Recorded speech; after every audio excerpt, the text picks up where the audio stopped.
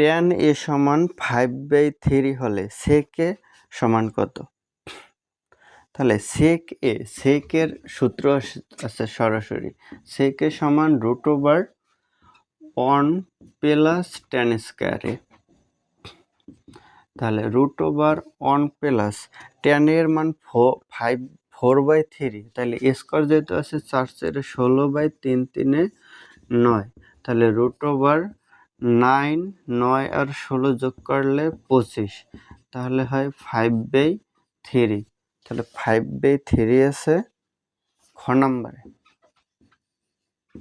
হ্যাঁ,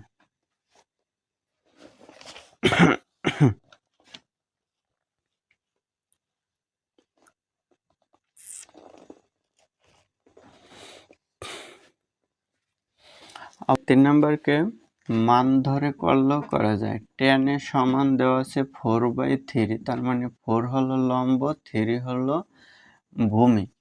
তাহলে অতিভুজ হয় যাইয়া √4/16 প্লাস 3 3 9, মানে অতিভুজ সমান, তাহলে লম্ব স্কয়ার যোগ ভূমি স্কয়ার হয়, তাহলে রুট হয় 25, √25 হয় 5, তাহলে অতিভুজ পেলাম 5। বের করতে হবে sec a, sec a হলো cos এর উল্টো, cos এ ভূমি যায় উপরে, তাইলে sec a ভূমি যাবে নিচে আর উপরে যাবে অতিভুজ, 5/3 খ নম্বর অ্যান্সার।